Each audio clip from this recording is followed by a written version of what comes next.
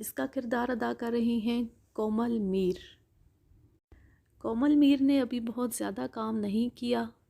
New actress ہیں، لیکن فی الحال تو اپنے کردار کے ساتھ انصاف کر رہی ہیں، اچھی ایکٹنگ کر رہی ہیں۔ آگے چل کر دیکھتے ہیں کہ ان کا کردار کیسا ثابت ہوتا ہے اور وہ اس کردار کو نبھانے میں کتنی کامیاب ہوتی ہیں۔ پیر شاہ عالم کے گاؤں والے بڑے بیٹے کا کردار ادا کر رہے ہیں فرحان سعید۔ فرحان سعید بھی ایک میوزیشین بھی ہیں اور ایکٹنگ بھی کرتے رہے ہیں، کافی ڈراموں میں کام کر چکے ہیں اور اچھی ایکٹنگ کرتے ہیں۔ روشن آرا اور جہاں آرا کے کلاس فیلو بختیار کا کردار ادا کر رہے ہیں علی رحمان۔ علی رحمان بھی کافی ایکٹنگ کر چکے ہیں، بہت سے ڈراموں میں کام کر چکے ہیں اور یہ بھی ایک اچھے ایکٹر ہیں۔ پیر شاہ عالم کا شہر والی بیوی سے جو بیٹا ہے اس کا نام شاہ امیر ہے اور وہ کردار ادا کر رہے ہیں حمزہ سہیل۔ یہ بھی نئے اداکار ہیں اور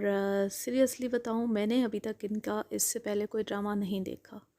ہو سکتا ہے کسی ڈرامے میں کوئی چھوٹا موٹا رول کیا ہو، لیکن شاید کوئی اتنا نمایاں رول نہیں کیا کہ جو یاد رہ جاتا۔ تو فی الحال اچھی ایکٹنگ کر رہے ہیں، دیکھتے ہیں کہ آگے چل کر ان کا کردار کیسا ثابت ہوتا ہے۔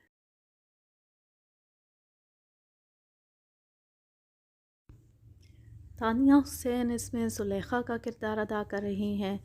جو کہ حویلی میں کام کرنے والی ایک غریب مجبور لڑکی ہے۔ ہبہ عزیز اس میں گلنار کا کردار ادا کر رہی ہیں اور یاسر حسین اس میں پیر کیسر کا کردار ادا کر رہے ہیں۔ پیر کیسر بھی پیر شاہ عالم کے خاندان کے ہی فرد ہیں، لیکن جس طرح چچا زاد ہوتے ہیں، پیر شاہ عالم کے ان کے اپنے پاس گدی رہی، آگے ان کی اولاد میں جائے گی، لیکن پیر کیسر اور اس کا باپ اس سے محروم رہے ہیں، تو وہ مسلسل اس کوشش میں ہیں کہ یہ گدی ان کے پاس آ جائے، ان کے گھر میں آ جائے۔ ایک اور کردار رہ گیا ہے جو ادا کر رہے ہیں عبدالحسن، اور وہ ہے پیر مراد کا کردار، جو پیر شاہ عالم کی گاؤں والی بیوی سے چھوٹا بیٹا ہے۔ بڑا بیٹا پیر شاہ زیب ہے اور چھوٹا بیٹا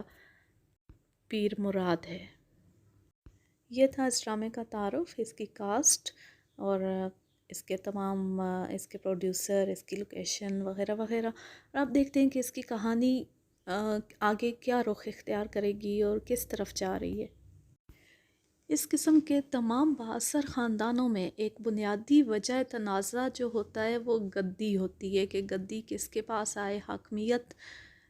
اور کرسی صدارت جو ہے اس پہ کون بیٹھے۔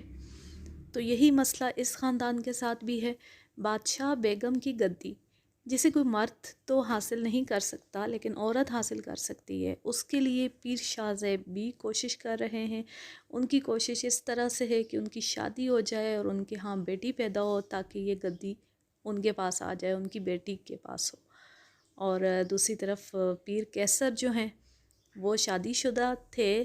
اس لیے کہ ان کی بیگم اب فوت ہو چکی ہیں، اور ان کی بیوی نے ایک بیٹی کو جنم دیا اور خود فوت ہو گئی، اور اس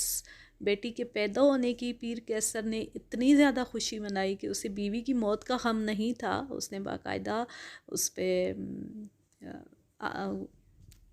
فائرنگ کی، فائر ورکس کیے اور خوب دھوم دھام سے اس نے اپنی بیٹی کی خوشی منائی، صرف اس خیال سے کہ اب گدی اس کے پاس آ جائے گی، اب گدی کی وارث اس کے گھر میں ہے۔ تو یہ اب اس دوران بیچ میں یہ سازش بھی چل رہی ہے کہ موجودہ جو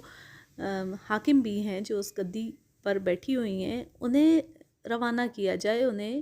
قتل کر دیا جائے تاکہ گدی خالی ہو جائے، اور ابھی سے یعنی پیر کیسر اتنا انتظار بھی نہیں کر پا رہا کہ اس کی بیٹی بڑی ہو جائے، وہ بچی ابھی پیدا ہوئی ہے اور ابھی سے پیر کیسر اس گدی کو اپنے پاس رکھنا چاہتا ہے، اور اسے حاصل کرنے کے لیے وہ حاکم بھی پر قاتلانہ حملہ کرواتا ہے، ایک ملازمہ کو، ایک عورت کو پیسے دے کر اس کے ذریعے اس پہ قاتلانہ حملہ کرواتا ہے، جس میں وہ شدید زخمی ہو جاتی ہیں، اپنی قاتل کو بھی زخمی کر دیتی ہیں لیکن خود بھی زخمی ہو جاتی ہیں۔ تو ان کے زخمی ہونے پر پیر شاہ زیب بوکھلا کر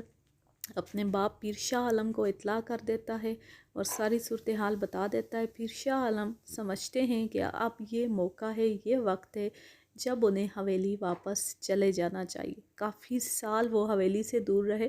لیکن اب بالآخر وہ اپنے آپ کو تیار کر لیتے ہیں اور فیصلہ کر لیتے ہیں، اور اپنی بیٹیوں کو، خاص طور پہ جہاں آرا کو وہ بتاتے ہیں، اور بیٹا جو ان کا شاہ میر جو بیرون ملک تعلیم حاصل کرنے کے لیے گیا ہوا تھا، وہ بھی اسی ٹائم واپس آ جاتا ہے، اور وہ اپنی بیٹیوں اور بیٹے کو، تینوں بچوں کو ساتھ لے کر حویلی واپس پہنچ جاتے، جس کا حاکم بھی بہت برا مناتی ہیں۔ وہ شاہ زیب پہ غصہ ہوتی ہیں کہ مجھے بتائے بغیر پیر شاہ عالم کو کیوں اطلاع بھجوائی، انہیں بلانے کی کیا ضرورت تھی، میں ٹھیک ہوں۔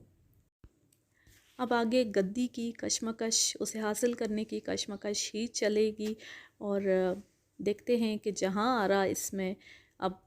کیا کردار ادا کرتی ہیں۔ جہاں آرا کو بہت سمجھدار، بہت ایک بہادر اور دبنگ لڑکی دکھایا گیا ہے، جبکہ روشن آرا جو چھوٹی بہن ہے وہ اس کی بالکل برعکس ہے۔ وہ جلد باز بھی ہے، وہ غصے والی بھی ہے، اور وہ کافی آزاد خیال بھی ہے، کسی حد تک بگڑی ہوئی بھی ہے، جس کا حاکم بھی بہت برا مناتی ہیں۔ جب وہ ان کی بات نہیں مانتی تو وہ کافی بگڑتی ہیں اس پہ۔ اب اس ساری فیملی کی آمد کی اطلاع پیر کیسر کو ہوگی تو اس کا غصہ بھی دیکھنے سے تعلق رکھتا ہوگا، کیونکہ اس کی ساری پلاننگ پر پانی پھر گیا ہے، اور سارا کیا دھرا اس کا ختم ہو گیا ہے۔ اس نے کو قتل کرنے کی سازش تیار کی تھی، لیکن نہ صرف وہ خود بچ گئیں بلکہ پیر شاہ عالم بھی واپس آ گئے ہیں، اور پیر کیسر اتنا غصے والی طبیعت والا بندہ دکھایا گیا ہے کہ وہ اپنے غصے پر قابو نہیں پا سکے گا، اور وہ یقیناً حویلی میں آ کر خوب ودم مچائے گا، بہت غصہ کرے گا، اور حالات اتنے خراب ہوں گے کہ جہاں آرا کو بالآخر